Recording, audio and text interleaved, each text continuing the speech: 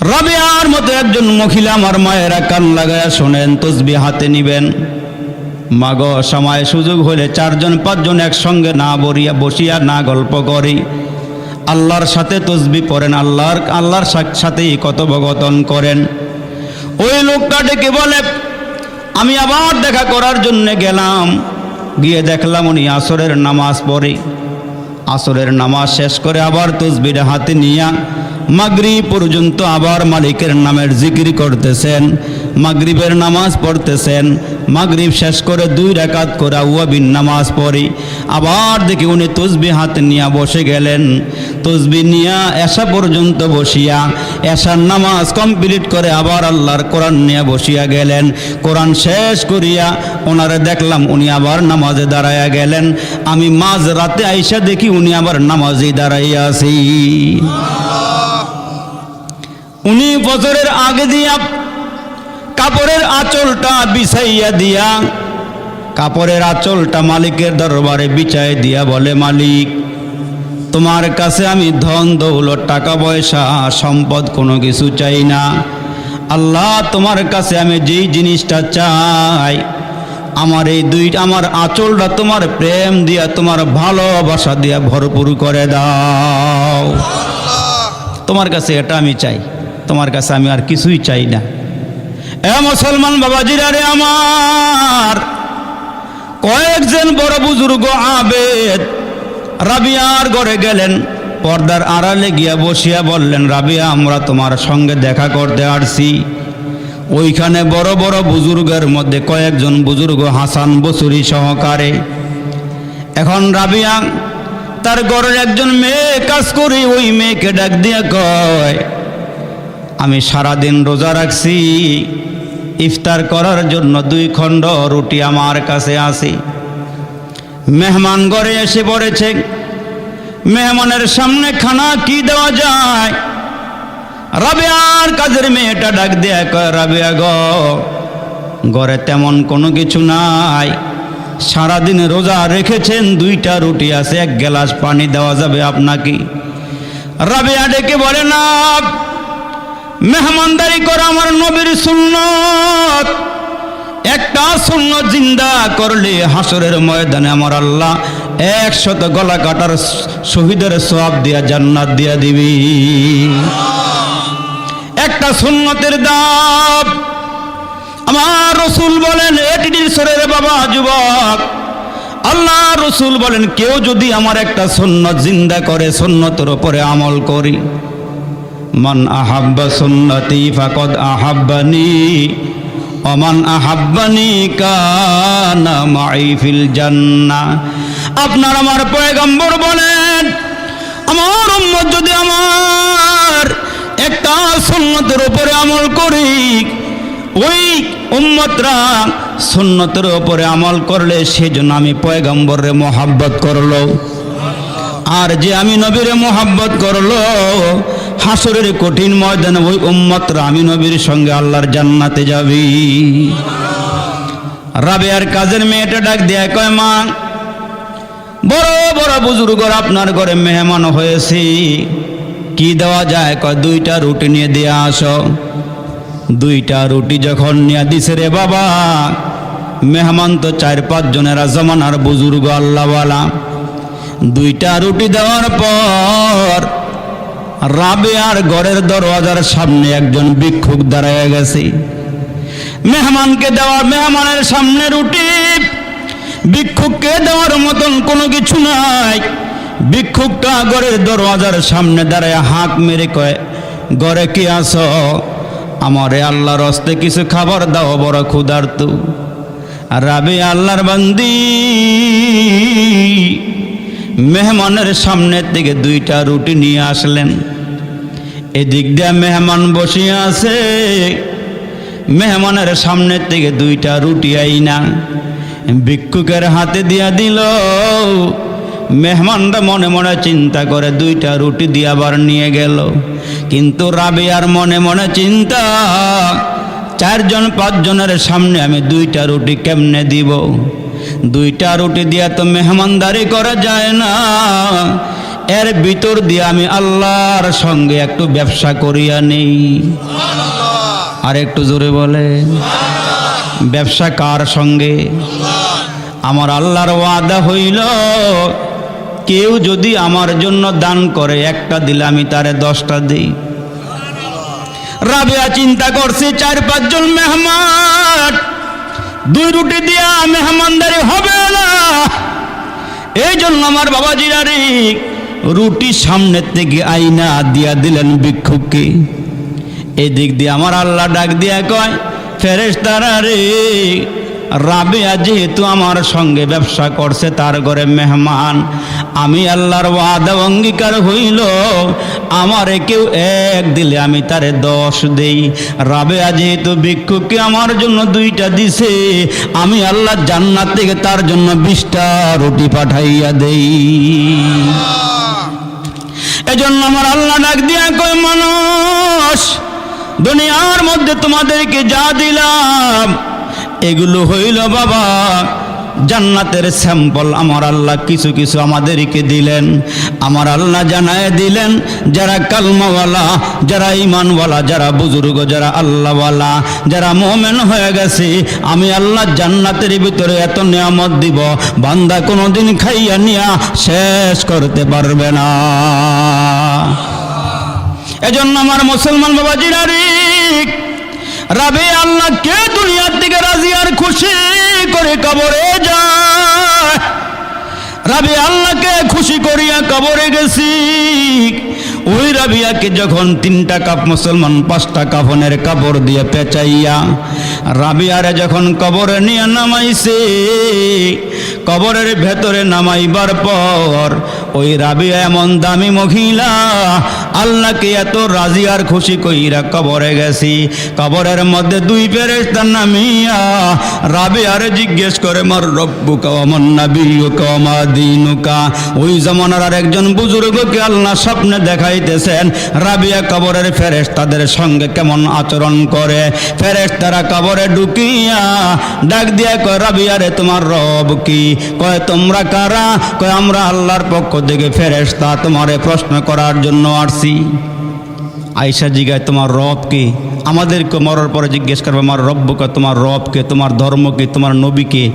যদি আল্লাহর সঙ্গে সম্পর্ক ভালো হয়ে যায় আমাদের জবাব দেওয়া লাগবে না, আল্লাহর পক্ষ থেকে জবাব চলে আসবে। সুবহানাল্লাহ বলেন। আল্লাহর সঙ্গে যার সম্পর্ক ভালো হবে মুসলমান অটোমেটিকলি তার জবান দিয়া প্রশ্নের উত্তর বের হতে থাকবে। সুবহানাল্লাহ বলেন। আমার মুসলমান বাবাজিরা রে, ওই বুজুর্গ বলেন, রাবেয়া ফেরেশতাদেরকে জিজ্ঞেস করে, ফেরেশতারা তোমরা কোথায় থেকে আসছো?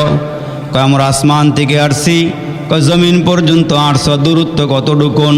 কয়, 500 বছরের রাস্তা। কয়, তাই নাকি? কয়, হ্যাঁ। কয়, তোমরা আসমান থেকে জমিনের নামিয়া কি আল্লাহকে ভুলে গেছো নাকি? কয়, না, আমরা আল্লাহরে ভুলি নাই।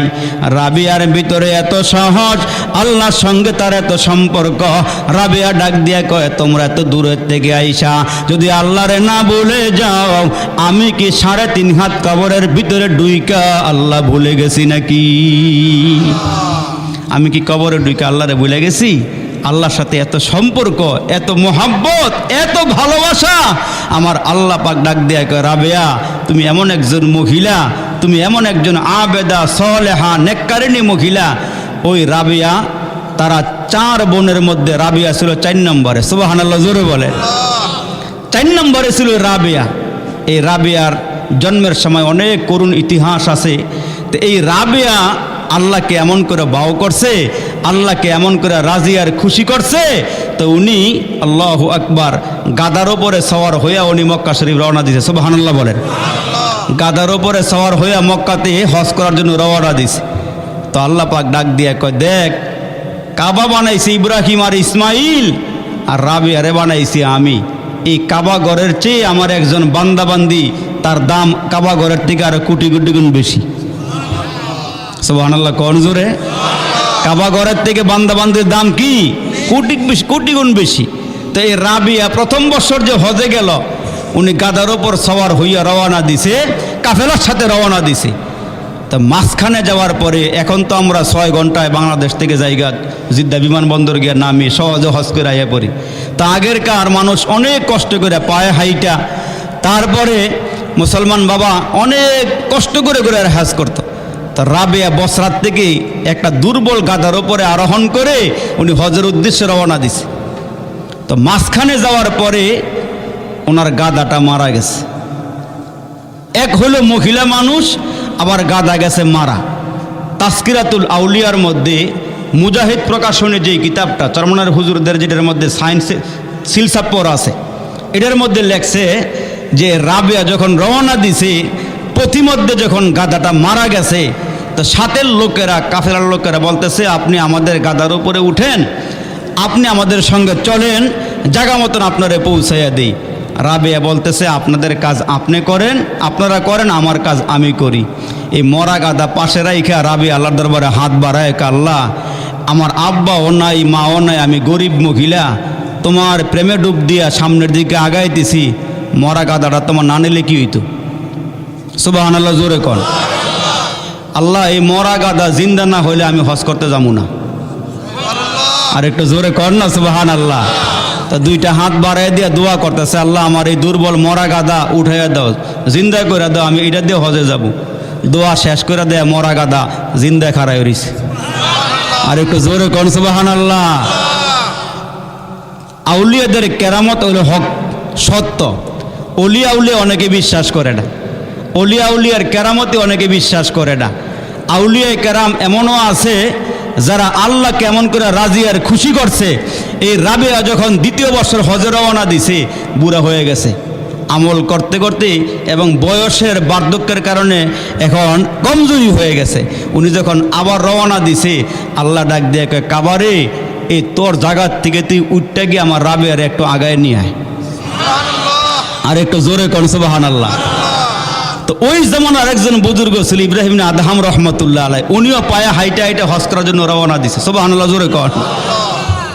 উনি প্রত্যেক কদমে কদমে 2 রাকাত করে নফল নামাজ পড়া পড়া উনি 1 বছর, আরেকজন লাগছে 2 বছরে উনি ওনার জায়গার থেকে, ওই মুসলমান উনি ওনার জায়গার থেকে উনি কাবাগরের উদ্দেশ্যে রওনা গিয়া দেখে যেইখানে কাবাগর থাকার কথা এখানে কাবাগর নাই। সুবহানাল্লাহ, জোরে কর না আওয়াজ দিয়া। যেইখানে কাবাগর থাকার কথা এখানে কাবাগর নাই। আমরা কিন্তু অলিয়া উলিয়া বিশ্বাস করি, আমাদের দেশে ইসলাম আসছে অলিয়া উলিয়ার মাধ্যমে, ঠিক কেন জোরে কন। তো ওদিক দিয়া রাবেয়ার জন্য খানায় কাবা আগায় আনতে গেছে, আর এদিক দিয়া ইব্রাহিম আদহাম রহমতুল্লাহ আলাই উনি আইসা দেখে জাগাত কাবা নাই। তো উনি ওইখানে বৈশা রইছে, বৈশা স্বপ্ন জগৎ দেখতেছে।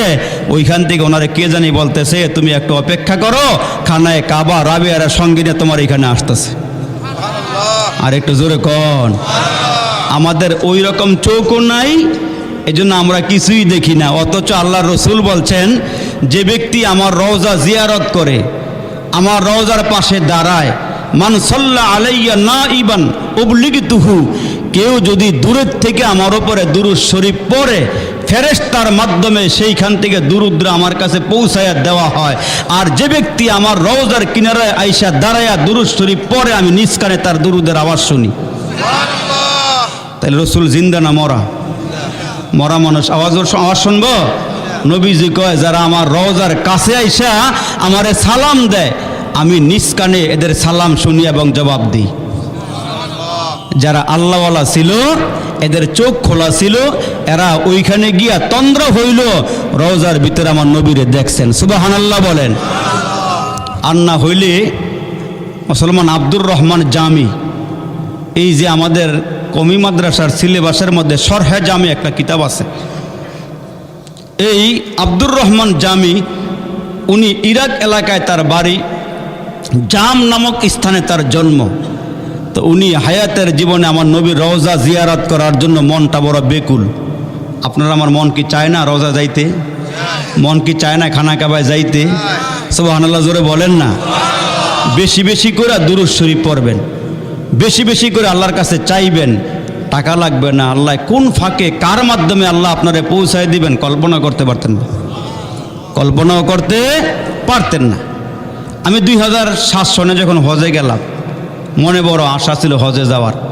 তখন তো টাকা পয়সাও নাই, সাধ্যও নাই, কিন্তু আল্লাহর কি মেহেরবানি, টাঙ্গাইলের এক ইঞ্জিনিয়ার আমার এইখানে এসে জুমা পড়ে, বয়ান শোনে, এবং আমরা যে জুমার পরে দোয়া করি এই দোয়ার মধ্যে সে সামিল হয়। আমরা বলি আল্লাহ খানায় কাবাতে নিও, আল্লাহ তোমার ঘরটা দেখাইও, নবীর রওজা জিয়ারত করাইও।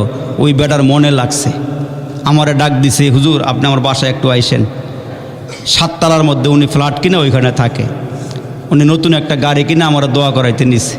তো ওনার সাথে কথা বলার পরে আমাকে হজ করছেন হুজুর? আমি কই না। এখন টাকা লাগে কত? আমি কই এখন টাকা লাগে 1,90,000 টাকা 2007-এ। কয় পাসপোর্ট আছে? আমি কই না। কয় হুজুর আমি নিয়ত করছি আপনারা হজে পাঠাবো। কই পাঠাইব?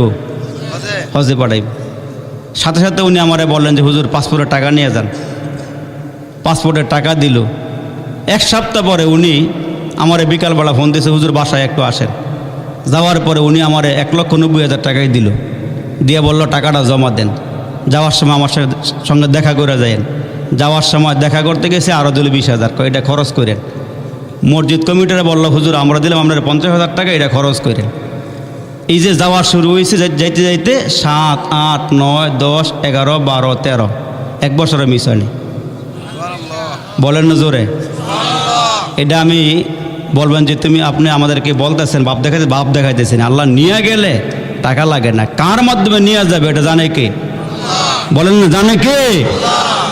যেই খানায় কাবার চক্করে চক্করে দোয়া কবুল হয়, যেই খানায় কাবাতে দৈনিক 120টা রহমত নাজিল হয়, যারা ওইখানে খানায় কাবার গিলাফের দিকে তাকায় থাকে আল্লাহ তারে 20টা রহমত দান করেন। আর একটু জোরে কন্যা সুবহানাল্লাহ। তোয়াফে দোয়া কবুল হয়, মাকাম ইব্রাহিমের পিছনে দোয়া কবুল হয়, অনেকগুলো জায়গা আছে মুলতাজিমে দোয়া কবুল হয়, মিজাবে রহমতের নিচে দোয়া কবুল হয়। মুসলমান যেইখান থেকে আমার নবীকে আল্লাহ মেরাজে নিয়ে গিয়েছিলেন কাবার হাতিমে, ওইখানে দোয়া কবুল হয়। জোরে কর সুবহানাল্লাহ। তা আমরা ওই রকম চক্ষু নিয়ে যাইতে পারি না বিদায় আমরা নবীরে দেখি না। অথচ এই মোল্লা জামি আব্দুর রহমান জামি রহমতুল্লাহ আলাই উনি হজ করার নিয়ত করছে, আল্লাহর কাছে বলতেছে আল্লাহ আমার একটু নিয়ে যাইও। যাক বহুদিন পরে আল্লাহ তার দোয়া কবুল করছেন, দোয়া মঞ্জুর করছেন। এখন বলতেছে যে আল্লাহ আমি তোমার খানায় কাবাতে যাব, তোমার নবীর রওজা দেখব, আশিক আর মাসুকের খেলা, তোমার নবীর জন্য আমি কি নিয়ে যাব? সুবহানাল্লাহ। তোমার নবীর জন্য আমি কি নিয়ে যাব?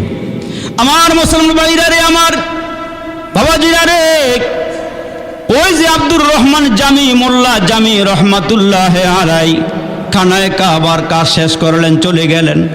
বাইতুল্লাহর কাজ শেষ করি এখন চলে যাবেন মদিনা শরীফে। সুবহানাল্লাহ কোন? মদিনা শরীফে যাবেন, নবীজির রওজা জিয়ারত করবেন। সাথে আছে কয়েকটা নবীর নামে কবিতা। কি বলেন? কি? যে মাহাজুরি বরামদ জান আলম তারাহম ইয়া নবী আল্লাহ তারাহম। যে মাহাজুরি বরামদ জান আলম তারাহম ইয়া নবী আল্লাহ তারাহম। উম্মত কি নিবে নবীর রওজার পাশে? উম্মত নবীজির রওজার পাশে কি নিবে? উম্মত নিয়ে যাবে নবীর নামের সালাম, ওইখানে গিয়া পড়বে দরুদ, পারলে নবীজির এশকে কিছু কবিতা।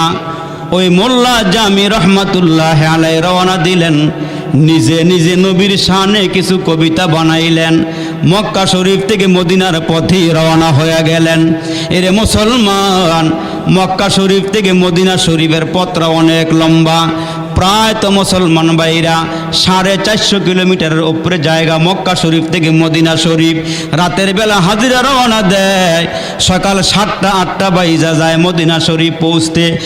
মুসলমান বন্ধুরা রে, মোল্লা জামি রহমাতুল্লাহ আলাই এই যে আল্লাহর ওলি আব্দুর রহমান জামি যখন রওনা দিয়েছে, ওই সময়ের বাদশাহ যিনি ছিলেন ওনাকে আমার নবী স্বপ্নে দেখায়া বললেন, আমার একজন আশেক, আমার একজন পাগল ওই রাস্তা দিয়ে আমার রওজার কিনারায় রওনা দিয়েছে, তারে আটকাইয়া দাও, সে যেন আমি নবীর রওজার কিনারে আসতে না পারি।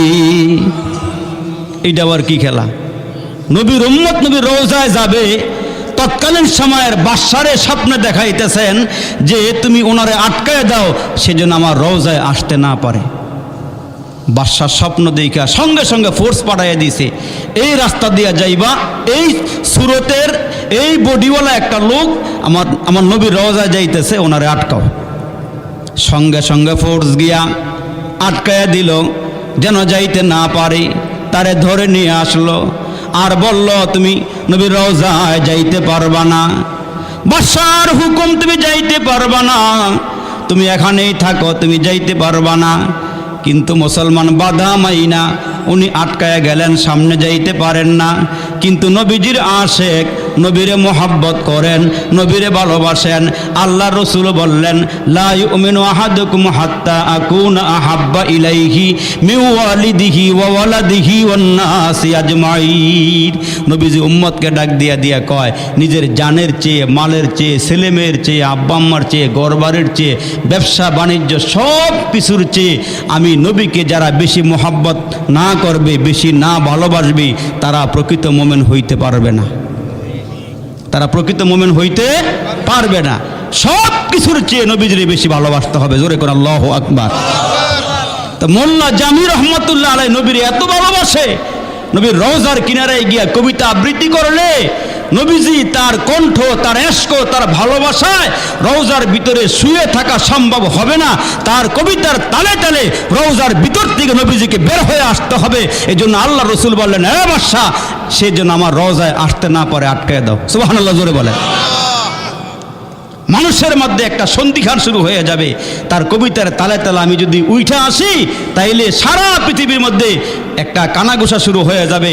মরার পরে নবী রওজার থেকে বের হয়ে আসছে, উম্মতের মধ্যে একটা সিচুয়েশন এমন তৈরি হবে, তারা পরস্পরে এগুলো নিয়ে অনেক বাড়াবাড়ি করতে পারে। তারে আটকাইয়া দাও। বাদশার পক্ষ থেকে তারে আটকাইয়া দিলে উনি দ্বিতীয় দিন আবার রওনা দিছে। সুবহানাল্লাহ কোন দ্বিতীয় দিন আবার রওনা দিছে। উনি যখন রওনা দিলেন, রাতের বেলা আমার নবীজি স্বপ্নে বাদশারে ডাক দেখে, বাদশারি, তুমি তারে আটকাইতে পারো না কেন? তারে আটকাইয়া দাও। সে তো আবার চলে আসতেছে, আটকাইয়া দাও। সে যদি আমার রওজার মধ্যে এসে যায়, আমি নবী রওজার ভিতরে শুয়ে থাকতে পারবো না। জলদি করে আটকাইয়া দাও। সে আমার আশেক, সে জানের চেয়ে আমারে বেশি ভালোবাসে, সে তার স্ত্রী পুত্র থেকে আমারে বেশি ভালোবাসে। তারে আটকায় দাও, সে যেন আসতে না পারে, আটকায় দাও। বাদশা এবার ফোর্স পাঠায় দিছে, যাও লোকটার হাত পায়ে হ্যান্ডকাপ লাগায় নিয়ে আসো, তারে ধরে নিয়ে আসো। এবার ফোর্স গিয়া, বাহিনী গিয়া হাত পায়ে হ্যান্ডকাপ লাগাইয়া জেলের ভিতরে বন্দি করলেন। রাতের বেলা পয়গম্বরে আরবি বাদশারে আবার স্বপ্নে দেখায় বললেন, এ বাদশা, তার সঙ্গে তুমি কেন বেয়াদবি করলা? তার সঙ্গে কেন বেয়াদবি করলা? তারে কেন আটকায় দিলা? আমি তো তারে এমনি আটকাইতে কই নাই, সে হলো আমার আশেক। তারে তুমি ছেড়ে দাও, তারে সম্মান দিয়ে তার বাড়ি পর্যন্ত পৌঁছাইয়া দাও। আল্লাহু আকবার, আল্লাহু আকবার। উনি এখন চেষ্টা করতেছে, আমাকে যেতেই হবে, আমি রবির রওজায় যাবই, কবিতা নবীজির পাশে গিয়া পড়বই, আমাকে আটকায় রাখতে পারবে না। দুইটা রওয়ায়াত আসছে।